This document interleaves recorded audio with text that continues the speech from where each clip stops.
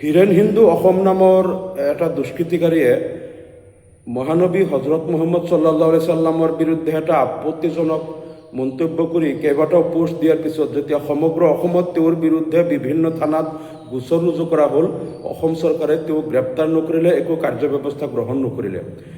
আৰু এই কথাৰ কাৰণে উৎসাহিত হৈ আৰু কেইটামান অপদাৰ্থই নবী হজৰত মোহাম্মদৰ বিৰুদ্ধে কিছুমান অতি নিকৃষ্ট আৰু লেতেৰা পোষ্ট তেওঁলোকে কৰিলে।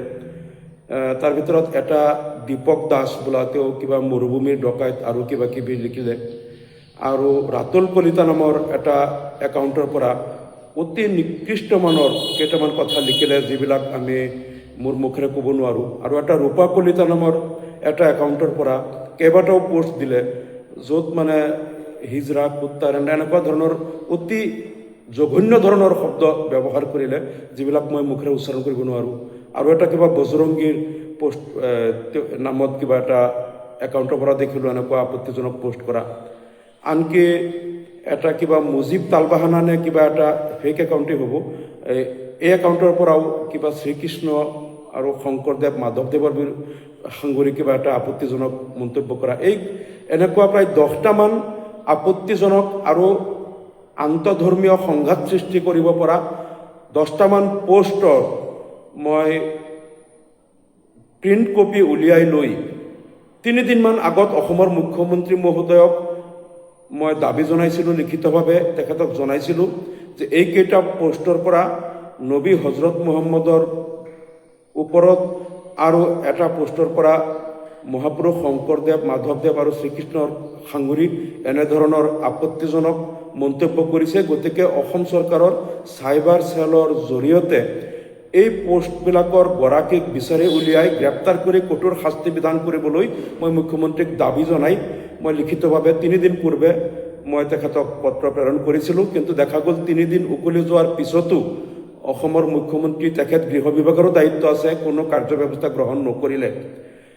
কাৰণ তেওঁ জানে যে ইয়াত হজৰত মোহাম্মদ সাল্লাল্লাহু আলাইহি সাল্লামক আক্ৰমণ কৰি যিবিলাক পোষ্ট দিছে, এইবিলাকে মুছলমানসকলৰ আবেগ অনুভূতিত আঘাত সানিছে, যিটো কাৰণে মুখ্যমন্ত্ৰীয়ে হয়তো মনে মনে বেয়া পোৱা নাই, ভালেই পাইছে। কিন্তু যদি এনেকেই হিন্দু ধৰ্মৰ কোনো দেৱ দেৱীৰ ওপৰত এনে নিম্নমানৰ আপত্তিজনক কোনো মন্তব্য কোনো মুছলমান লোকে কৰিলেহেঁতেন, তেনেহ'লে মই ভাবোঁ এইটো চৌমুত্ৰ কেছ কৰি লগে লগে গ্ৰেপ্তাৰ কৰি ইমান দিনে সমগ্ৰ অসমত সংবাদ মাধ্যমত খলকলিৰ সৃষ্টি হ'লেহেঁতেন, টক শ্ব' হ'লেহেঁতেন, গ্ৰেপ্তাৰ কৰি বিভিন্ন ধাৰা আনকি UAPA লগাই তেওঁক জেল হাজতত কাৰাৰুদ্ধ কৰিলেহেঁতেন। এই বিজেপি চৰকাৰৰ দিনত আনকি চৰকাৰৰ ওপৰত প্ৰশ্ন উত্থাপন কৰিলেও কেছ ৰুজু হয়।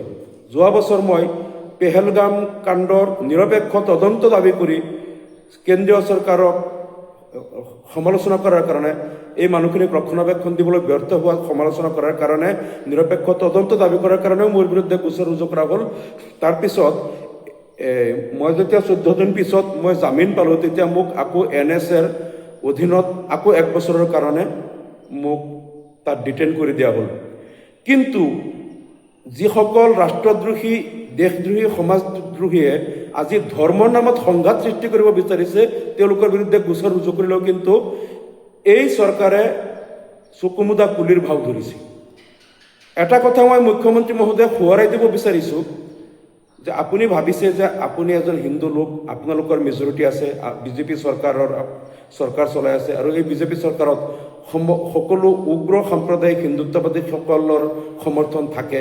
গতিকে ইয়াত যদি কোনোবাই ইছলাম ধৰ্মৰ লোকসকলৰ মনত আঘাত দি বা যদি হজৰত মোহাম্মদ নবীৰ ওপৰত আঘাত দি কিবা পোষ্ট কৰে, গতিকে আপোনালোকে যদি সমৰ্থন কৰে, তেওঁলোকক যদি আশ্ৰয় দিয়ে এই দুষ্কৃতিকাৰীবিলাকক, আপোনালোকৰ হয়তো তাৰ কাৰণে মনত একো দুখ অনুভৱ নহয় যে আমি চৰকাৰ চলাই আছোঁ, আমাৰ হাতত ক্ষমতা থকাৰ পিছত এইখন অসমত, এইখন ৰাজ্যত এটা ধৰ্মৰ কিছুমান দুষ্কৃতিকাৰীয়ে অন্য ধৰ্মৰ লোকক মনত আবেগ অনুভূতিত আঘাত দিব পৰা পোষ্ট দি আছে। আমি ক্ষমতাত থকাৰ পিছতো আমি একশ্যন নললোঁ, যিহেতু আমাৰ মেজৰিটি আছে, হিন্দু ধৰ্মৰ ভোট হ'লেও আমাৰ হ'ব, হিন্দু ধৰ্মৰ লোক বেছি। গতিকে মুছলমানক যদি তেওঁলোকে এনেকৈ আঘাত দি আছে, এইটো ভালেই কৰিছে, আমি একশ্যন নলওঁ।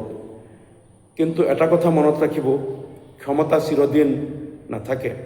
পৃথিৱীৰ ইতিহাসত আপুনি যদি চায় ক'ৰবাত হিন্দু ধৰ্মৰ হোক মুছলমান হোক খ্ৰীষ্টান হোক বৌদ্ধ হোক যদি কোনো যিসকল ৰজা আছিল ক্ষমতাত থকাৰ পিছত যদি তেওঁলোকে পৰধৰ্মৰ অত্যাচাৰ কৰিছিল বা পৰধৰ্মৰ প্ৰতি ভাল আচৰণ কৰা নাছিল তেওঁলোকক নিৰ্যাতন কৰিছিল তেওঁলোক কিন্তু ক্ষমতাত আজীৱন থাকিব পৰা নাই এটা সময়ত ক্ষমতাৰ পৰা ছিটিকি পৰিছে ক্ষমতাত থকাৰ পিছত পৰধৰ্মক নিৰ্যাতন কৰা পৰধৰ্মৰ আৱেগ অনুভূতিত আঘাত দিয়া মানুহক প্ৰশ্ৰয় দিয়া এই কামবিলাক কিন্তু এটা সময়লৈকে সৃষ্টিকৰ্তাই চাই থাকে আৰু এটা সময় আহিব যেতিয়া কিন্তু এই ক্ষমতা আৰু হাতত নাথাকে কাৰণ অত্যাচাৰী অনাচাৰীৰ পতন অনিবাৰ্য এইটো পৃথিৱীৰ ইতিহাসে বাৰে বাৰে প্ৰমাণ কৰি আহিছে